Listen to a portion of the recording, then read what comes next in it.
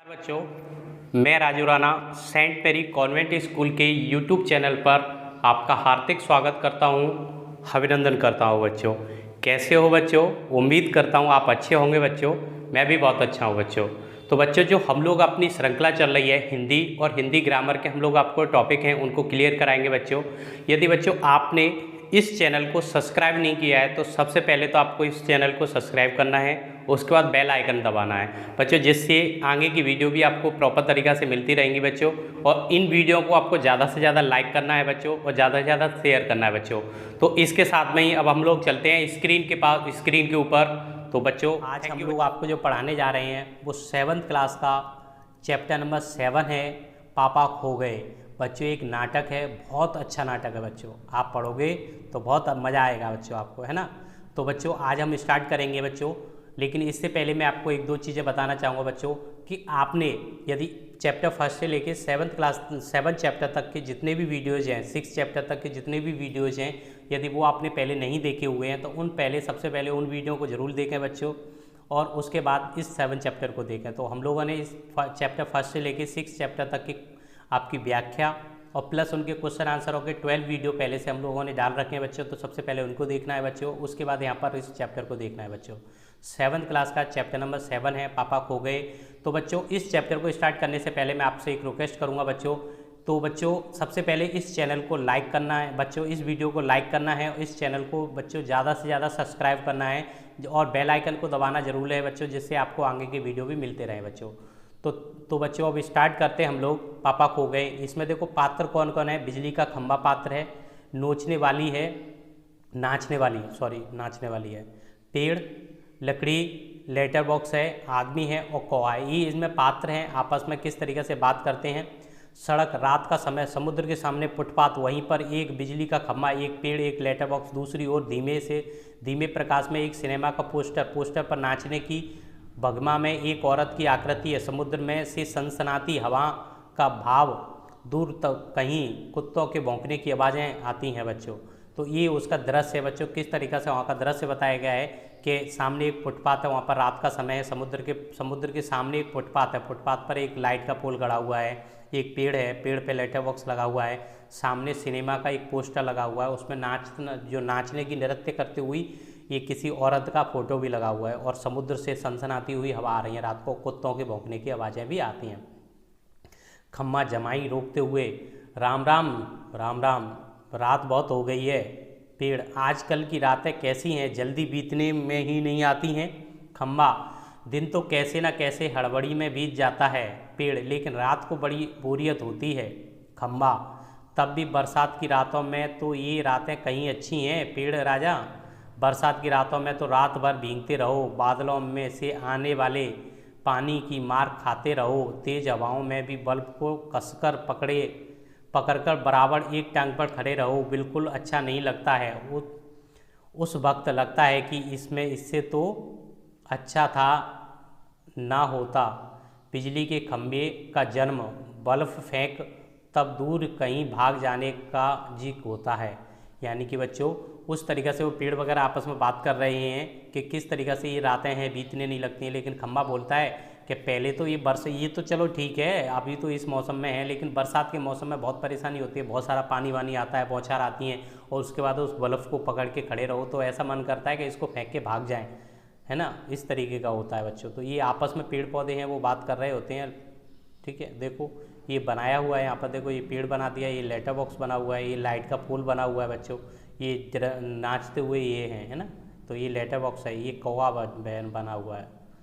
अब बच्चों तो अब देखो इस चैप्टर को आगे पढ़ते हैं बच्चों हम लोग।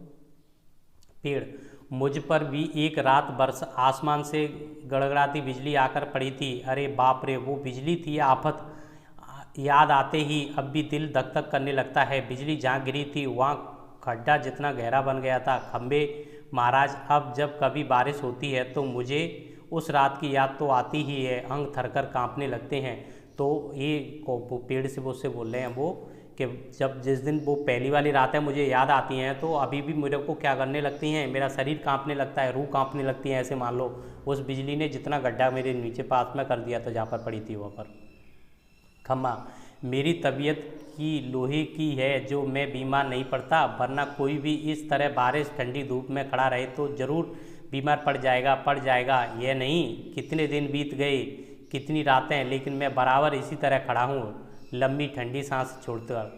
यानी कि वो लंबी सी सांस लेता है और इस तरीक़ा से बोलता है, देखो मैं कितनी सालों से ऐसे ही खड़ा हूँ, लेकिन मेरी प्रकृति तो लोहे की है, इसलिए मुझे कुछ नहीं होता है।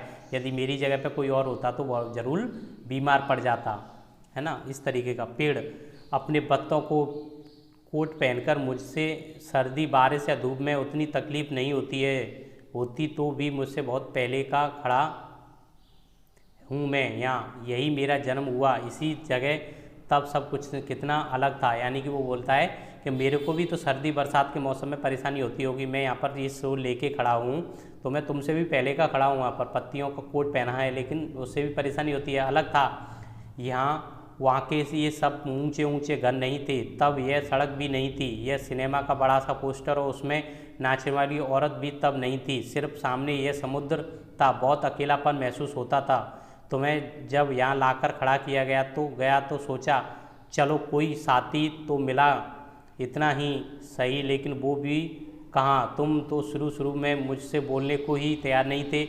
मैंने बहुत बार कोशिश की, पर तुम्हारी अकड़ जहाँ थी वहीं कायम। बाद में मैंने भी सोच लिया कि इसकी नाक इतनी ऊंची है तो रहने दो, मैं भी कभी आवाज़ नहीं लगाई। हाँ, अपना भी स्वभाव जरा ऐसा ही है। तो लट्ठा बोलता है अपना भी स्वभाव ऐसा ही है। तो बोलता है कि मेरे को तो बहुत साल से मैं यहाँ पर खड़ा हूँ, जब ये ऊंची ऊंची इमारतें वगैरह यहाँ पर कुछ भी नहीं था, ये समुद्र था और मैं था। उसके बाद मेरे साथ में तुमको खड़ा कर दिया था, तो मुझे ऐसा लगा कि मेरा एक साथी और आ गया है, लेकिन तुम्हारी तो एटीट्यूड बहुत ज़्यादा था, तो मुझे तो ऐसा लगता था तुम मेरे से बात ही नहीं करने वाले हो। खम्बा। अब खम्बा बोलता है मेरा स्वभाव ही ऐसा है, और एक दिन जब आंधी पानी में बिल्कुल तुम्हारे ऊपर ही आ पड़ा। पेड़। बाप रे, कैसा था वो आंधी पानी का तूफान। अब तुम खड़े थे इसलिए मैं कुछ संभल गया था।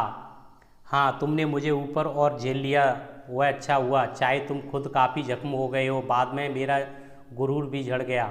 और खम्मा बोलता है कि उस तरीके से जो उस टाइम पे आंधी तूफान आया था उसमें मैं गिर गया था, तो तुम्हारे ऊपर ही जाके पड़ा था और तुम्हारे शरीर को यानी तुमको भी बहुत ज़्यादा चोट आई थी, लेकिन उसके बावजूद तुमने मुझको झेल लिया। तो उसके बाद मेरा गुरूर था, मेरा जो अभिमान था, एटीट्यूड था, वो टूट गया और उसके बाद हम दोनों में आपस में दोस्ती हो गई।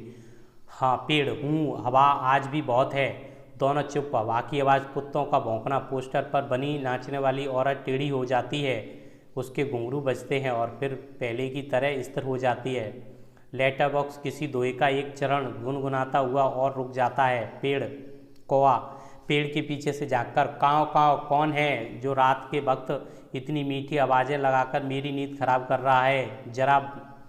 जरा भर चैन नहीं है इन्हें। यानी कि कौवा है वो उनको फटकारने लगता है कि तुम लोगों आपस में बात कर रहे हो, मेरी नींद क्यों ख़राब कर रहे हो, जरा भी चैन नहीं है तुमको। Letter box. मीठी आवाज़ में नहीं गाए तो क्या इस कौए जैसी कर्कश काँव काँव करें। कहता है जरा भी चैन नहीं है। पेट में हाथ डालकर एक पत्र निकालता है और धीरे से जीभ को लगाकर खोलता है, उसमें कागज़ निकालकर रोशनी में पढ़ने लगता है। यह चिट्ठी आकर पड़ी है हेडमास्टर साहब। ठीक है, क्या कहता है। श्रीमान श्रीमती गोविंद राय जी, आपका लड़का परीक्षित पढ़ाई में काफ़ी कमज़ोर है। क्लास में उसका ध्यान पढ़ाई में बिल्कुल नहीं रहता है, इसकी बजाय उसे क्लास से गायब रहकर डटे बंटे खेलना ज़्यादा अच्छा लगता है। पर आप एक बार खुद आकर मुझसे मिलिए।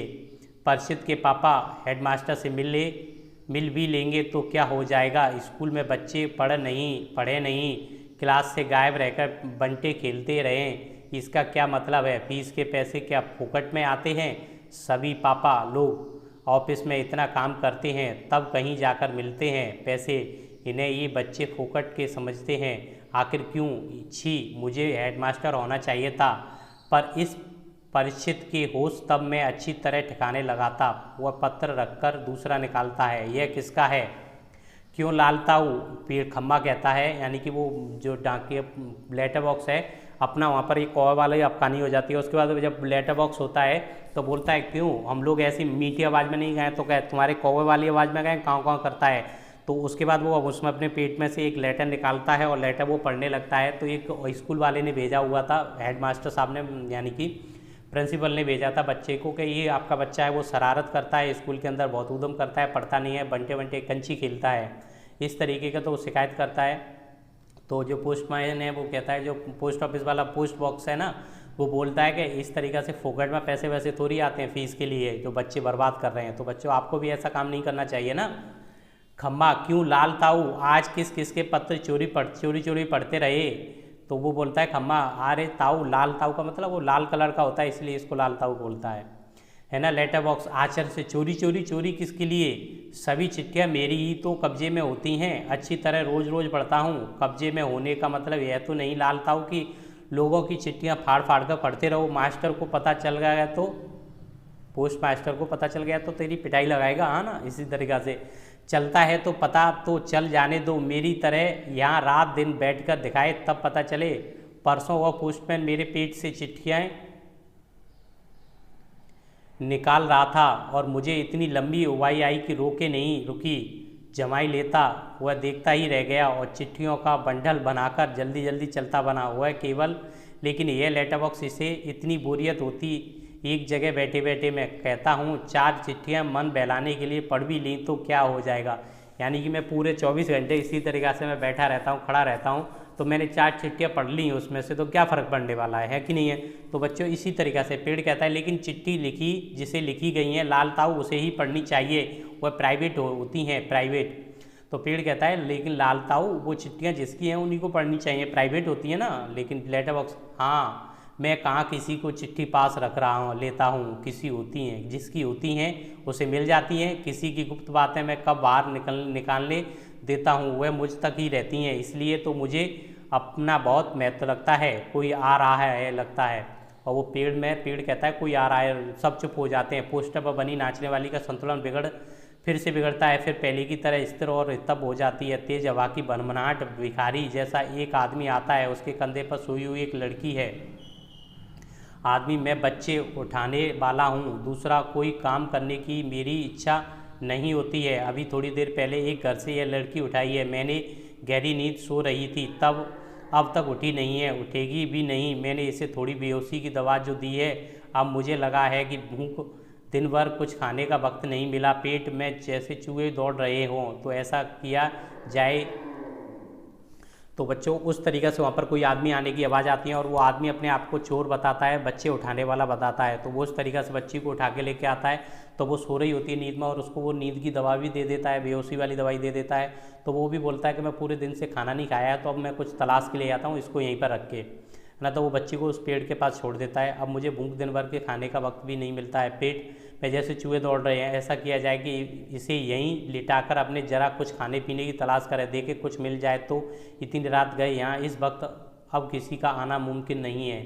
और बोलता है रात ज़्यादा हो गई है तो अब मुझे खाने का इंतजाम कर लेना चाहिए, लेकिन यहाँ पर अभी कोई आने वाला नहीं है बच्चों। तो वो इस तरीक़ा से इसको वहाँ पर बच्ची को लिटा के पेड़ की ओट में लड़की को डाल देता है, उस पर अपना कोट फैला देता है, इधर उधर जरा चौकस होकर देखता है, फिर एक एक कदम सावधानी से रखता हुआ निकल जाता है, और वहाँ से वो निकल जाता है। खम्बा पेड़ से, पेड़ राजा दाल में कुछ काला नज़र आता है। पेड़ वाह ज़रूर बहुत बुरा आदमी है कोई, और यह लड़की तो छोटी सी है। लेटर बॉक्स बस उसे यहीं कहीं से उठाकर लाया है, मैंने सुना है कोए को जगाते हुए, शिष्य कौआ जाग ना जाए, दिन हो गया है।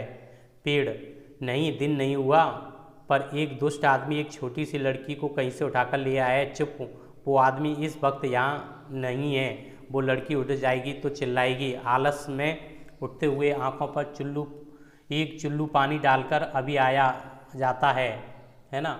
कौआ आलस में उठाते हुए बोला अभी मैं आँखों में थोड़ा सा पानी डाल के अभी आता हूँ, और वो उड़ के चला जाता है आँखों में पानी डालने के। पेड़ भयंकर, बहुत ही भयंकर। पेड़ झुककर लड़की को देखकर बच्ची बहुत प्यारी है, कौन जाने किसकी है। लेटर बॉक्स मुड़कर देखते हुए, नासपीटे ने सोई हुई को उठा लिया है, कहीं से चील जैसा चूहा उठा लेती है वैसे ही। यानी जिस तरीके से चील चूहे को उठा लाती है, वैसे ही इस नासपीटे ने जो चोर करने वाला है, बच्चों को उठाने वाला है, उसने इसको उठा लिया है। खम्मा मैं भी देखना चाहता हूँ उसे, पर मुझे झुका ही नहीं जाता है। तलाल ताऊ अभी भी सो रही है क्या वो? लेटर बॉक्स हाँ खम्बे महाराज ना। कौआ आकर कौन उठा लाया इसे, किसे बोलो अब? पेड़, इसे इस छोटी लड़की को एक दुष्ट आदमी उठा लाया है। कौवा देखकर, अच्छा यह लड़की और वह दुष्ट आदमी कहाँ है इसे उठाकर लाने वाला, है ना। तो बच्चों फिर बोलता है वह जरा गया है, खाने की तलाश में भूख लगी थी उसे। लेटर बॉक्स, थोड़ी ही देर में आ जाएगा नासपीटा। और यह खिलौने सी बच्ची, गला रुंध जाता है, नहीं नहीं, ऐसी कल्पना भी नहीं की जा सकती, कौन जाने क्या होगा इस बच्ची का। कौवा, हाँ सच, आजकल कुछ दुष्ट लोग बच्चों को उठा ले जाते हैं, और दुष्ट लोग हैं वो बच्चों को उठा ले जाने का काम करते हैं, तो मैं तो घूमता रहता हूँ ना, ऐसा होते देखा है।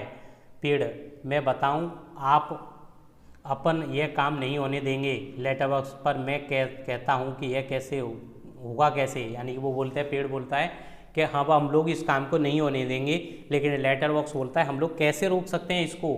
तो खम्मा, लोग कैसे, मतलब उस दुष्ट को मज़े से इस बच्ची को उठा ले जाने दें। कौवा, वह दुष्ट है कौन, पहले उसे नज़र तो आने दीजिए, है ना। तो लेटर बॉक्स, मैंने देखा है नासपीटे को अच्छी तरह करीब से देखा है, बहुत ही दुष्ट लगा मुझे। तो कैसी नज़र थी उसकी, घड़ी भर तो मुझे लगा कि कहीं यह मुझे ही ना उठा ले जाए। कौवा, ताऊ आपको, खो खो करके हंसता है। और छोटी लड़की अब तक कुछ जाग चुकी है, अंत खुल